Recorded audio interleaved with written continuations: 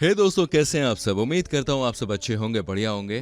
दोस्तों, हमारे इतिहास पर अगर गौर किया जाए तो कई ऐसे शासक थे जिन्होंने अपनी ताकत का लोहा मनवाया है और वो अपने स्वभाव और दयालुता के कारण काफी ज्यादा जाने जाते थे। लेकिन दोस्तों, इसी के साथ दुनिया में ऐसे भी शासक थे जो कि अपनी क्रूरता और निर्दयता से आज भी इतिहास में अपनी जगह बनाए हुए हैं। इंसान की क्रूरता की कोई सीमा नहीं होती, जिस कारण वो हजारों लाखों इंसानों की मौतों का कारण भी बन जाते थे।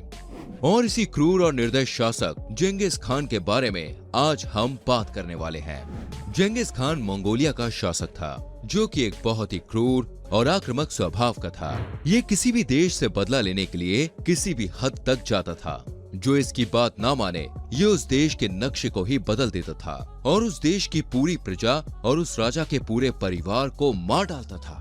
जेंगिस खान एक ऐसा शासक था जिसने दुनिया के 1/3 भाग पर अपना कब्जा कर लिया था और दुनिया में 40 मिलियन यानी कि 4 करोड़ लोगों की मौत का कारण भी बना था।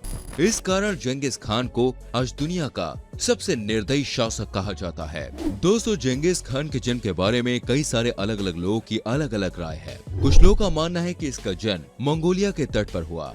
दरअसल जेंगिस खान का जन्म 1162 में ओनन नदी के किनारे पर हुआ था। इसका जन्म एक विशेष कबीले में हुआ जिसका नाम था बोर्चगिन। जेंगिस खान के पिता इस कबीले के सरदार थे, जिस कारण कबीले में इस परिवार की काफी ज्यादा इज्जत और मान सम्मान था। कबीले के सारे फैसले इसके पिता के द्वारा ही लिए जाते थे और कबीले में होने वाली हर घटना और न्याय के लिए लोग इनके पिता के ही पास आते थे। जेंगिस खान के 6 भाई बहन थे। जेंगिस खान का बचपन में नाम तैमुजिन था। उस कबीले के सभी लोग इसे तैमुजिन कहकर ही बुलाते थे। तैमुजिन की क्रूरता और निर्दयता का मुख्य कारण उसका ये मानव समुदाय ही रहा, क्योंकि उसके बचपन में ही कुछ ऐसी दर्दनाक घटनाएं घटी थी जिसके कारण उसके स्वभाव में ये बदलाव आए। तैमुजिन ने 3 साल के उम्र में घोड़ा चलाना सीखा, 5 साल के उम्र में भेड़ बकरियों की गर्दन काटना सीखा, 9 साल के उम्र में उसके पिता की मौत हुई और 12 साल के उम्र में उसने अपने भाई को मारा। इन सभी परिस्थितियों के कारण तैमुजिन के स्वभाव में हिंसक भावनाएं पैदा हुई और बुरे व्यक्तियों के लिए वो एक यमराज बन गया था। तैमुजिन की इस क्रूरता और निर्दयता की शुरुआत तब से हुई जब वो सिर्फ 9 साल का था। इसके पिताजी ने इसकी छोटी सी उम्र में एक लड़की से शादी तय कर दी। उस लड़की का नाम था बोटे। जब तैमुजिन के पिताजी इस शादी को तय करके लौट रहे थे, तब उनके दुश्मन कबीले के लोगों ने उन्हें पकड़ लिया और शहर के बीचों बीच ले जाकर बड़ी ही क्रूरता के साथ मार दिया था। इसके बाद तैमुजिन की मानसिक स्थिति पर बहुत ही ज्यादा बुरा असर पड़ा। पिता के निधन के बाद तैमुजिन के परिवार का उनके कबीले में बिल्कुल भी सम्मान नहीं रहा था। यहाँ तक कि उस कबीले के लोगों ने उनके सरदार की विधवा पत्नी और तैमुजिन के साथ उनके भाई बहनों को कबीले से धक्के मारकर बाहर निकाल दिया और मंगोलिया के घने जंगलों में जानलेवा और खूंखार जानवरों के सामने मरने के लिए छोड़ दिया। तैमुजिन के जीवन का पहिया यहाँ से बदल गया। इस घटना के बाद धीरे धीरे तैमुजिन क्रूर स्वभाव का होने लगा। तैमुजिन की माँ और उसके 6 भाई बहनों ने जंगल की ठंड से बचने के लिए और भूख की समस्या को दूर करने के लिए मिलजुल कर रहना उचित समझा और जंगल में मछलियों और छोटे जानवरों का शिकार करके अपना पेट भरना शुरू किया और जंगल से मिलने वाले फल फूलों को भी इकट्ठा करने की आदत डाल ली। लेकिन दोस्तों, जंगल किसी मोड़ में तैमुजिन ने अपने बड़े भाई को मार डाला था। अब आपको यह हैरानी हो रही होगी कि इसने आखिर अपने बड़े भाई की हत्या क्यों की, और वो भी केवल 12-13 साल की उम्र में। इसके पीछे तैमुजिन के भाई की ही गलती मानी जाती है, क्योंकि तैमुजिन का भाई अपने माँ और परिवार के भरण पोषण के बारे में बिल्कुल भी नहीं सोचता था। वो जो भी शिकार करता वो सब कुछ अकेले ही खाता और यहाँ तक कि परिवार के द्वारा बचाया गया भोजन भी वो खा जाता था, जिसके कारण तैमुजिन ने ये अंदाजा लगा लिया था, अगर ये अभी इतने कठोर दिल का है तो जब ये बड़ा हो जाएगा तो ये पूरे परिवार को अलग कर देगा। तैमुजिन के पास दूसरा रास्ता था कि वो इस परिवार को छोड़कर अकेले रहने लगे और जंगल में अपना जीवन बिताए।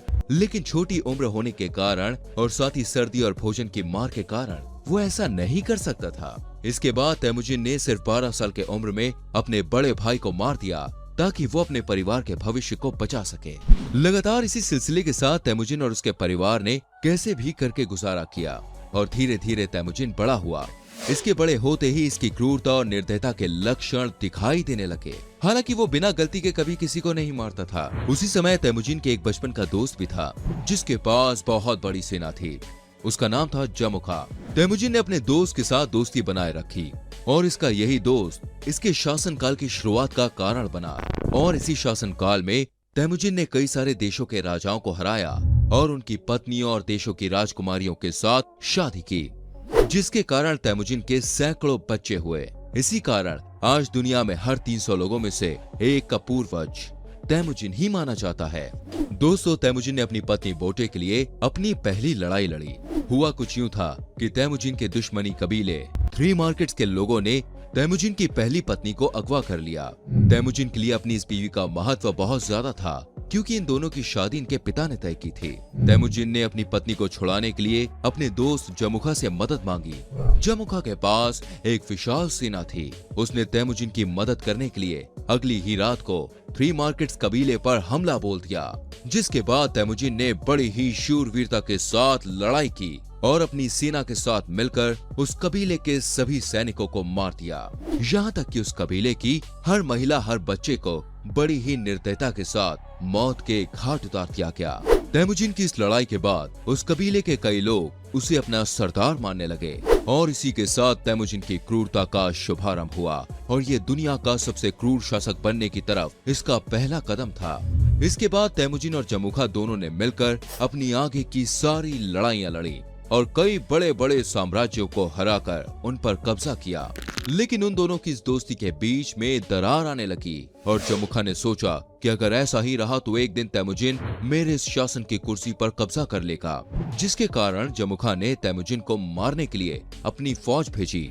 लेकिन तैमुजिन ने इसकी फौज का डट के सामना किया और इसे हरा दिया, जिसके बाद उसने अपने दोस्त को मारने के बारे में पूरी तरह से ठान लिया और अंत में वो गुस्से में आकर अपने दोस्त पर हमला करने के लिए निकल गया।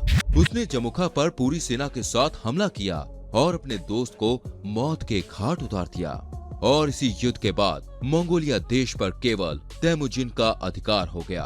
मंगोलिया देश का राजा बनने के बाद तैमुजिन को अपनी प्रजा का काफी ज्यादा सपोर्ट मिला, क्योंकि उसने अपने देश में कई सारी ऐसी योजनाओं और नियमों को लागू किया जो कि प्रजा के हित में थे। और उन सभी में खास बात ये थी कि देश में तैमुजिन ने धर्म की स्वतंत्रता को प्रधानता दी, जिसमें कोई भी व्यक्ति किसी भी धर्म को अपनाकर उसका प्रचार और प्रसार कर सकता था। तैमुजिन सभी धर्मों का पूरी निष्ठा के साथ सम्मान करता था और इसी के साथ तैमुजिन ने अपने शासनकाल में ये नियम लागू किया कि किसी व्यक्ति को उसके धर्म, जाति, ऊंच नीच के आधार पर उसके स्थान के लिए नहीं चुना जाएगा, बल्कि उस व्यक्ति की जगह उसकी ताकत और उसके बल पर निर्भर करेगी। और यही मुख्य कारण था कि उसकी प्रजा को तैमुजिन शासक के रूप में स्वीकार था। और इसी के साथ मंगोलिया के लोगों ने 1206 में तैमुजिन को जेंगिस खान द यूनिवर्सल रूलर का नाम दिया। हर एक शासक की तरह जेंगिस खान ने भी अपने शासन यानी कि अपने साम्राज्य का विस्तार करने के बारे में सोचा और उसने इस साम्राज्य विस्तार के लिए सबसे पहले चीन को चुना। सबसे पहले जेंगिस खान ने चाइना के शासकों को आत्मसमर्पण करने के लिए कहा और अपनी मित्रता का संदेश भेजा, लेकिन चाइना के सभी शासकों ने तैमुजिन के सामने आत्मसमर्पण करने से मना कर दिया, जिसके बाद तैमुजिन ने चीन पर आक्रमण किया और सन 1210 से 1515 तक चाइना में भी एक शासक जिंदा नहीं रहा। तैमुजिन ने चाइना के हर एक शासक और उसके परिवार को पूरी तरह से मिटा दिया, यहाँ तक कि उसने भारी संख्या में प्रजाओं की मार काट शुरू कर दी, जिसके बाद तैमुजिन खान कई करोड़ लोगों की मौत का कारण बना। चाइना पर अपना अधिकार करने के बाद तैमुजिन ईस्टर्न यूरोप की ओर निकला और साम्राज्य के मुख्य व्यापार मार्ग और ईस्टर्न देशों के रास्ते में पड़ने वाले देशों से मित्रता करने के लिए अपना हाथ आगे बढ़ाया। लेकिन वहाँ के शासक शाह ने तैमुजिन की इस मित्रता पर विश्वास नहीं किया। तैमुजिन ने शाह को विश्वास दिलाने के लिए अपने 500 सैनिकों का एक काफिला भेजा और साथ में बहुमूल्य उपहार भी भेजे।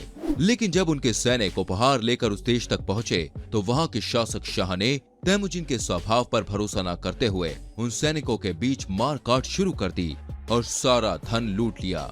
जिसके बाद तैमुजिन ने शाह की गलतफहमी को दूर करने के लिए अपने 3 दूतों को भेजा, लेकिन शाह ने उन तीनों में से एक की गर्दन धड़ से अलग कर दी और बाकी दोनों को अपना संदेश तैमुजिन तक भिजवाने के लिए छोड़ दिया।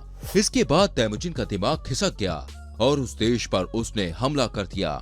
लड़ाई में उस देश के सभी सैनिकों को मौत के घाट उतार दिया गया और शाह के राज परिवार को भी बुरी तरह से मार डाला। लेकिन वहाँ के राजा शाह किसी तरह से जान बचाकर भाग निकला और वो एक आइलैंड में पहुंचा और वहाँ उसकी मृत्यु हुई। लेकिन उस देश का राजकुमार जलालुद्दीन जिंदा था और वो तैमुजिन से छुपा हुआ था।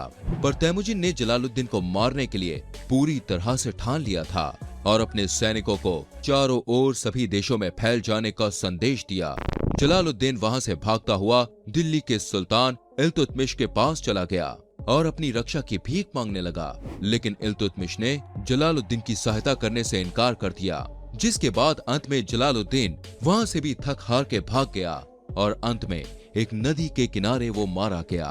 तो दोस्तों, ये था यूनिवर्सल रूलर कहलाने वाला राजा जेंगिस खान। उम्मीद करते हैं कि आपको हमारी ये वीडियो जरूर पसंद आई होगी। नीचे कमेंट करके बताएं आपको जेंगिस खान की कौन सी बात सबसे अच्छी लगी। साथ ही इस वीडियो को लाइक करें और फैमिली मेंबर्स के संग शेयर करना ना भूलें। हमारी आने वाली वीडियोस को देखने के लिए चैनल को सब्सक्राइब करके बेल आइकन प्रेस कर लीजिए, जिससे आपसे कोई भी वीडियो मिस ना हो। मिलते हैं आपसे अगली वीडियो में। अपना बहुत ख्याल रखिए। Bye bye.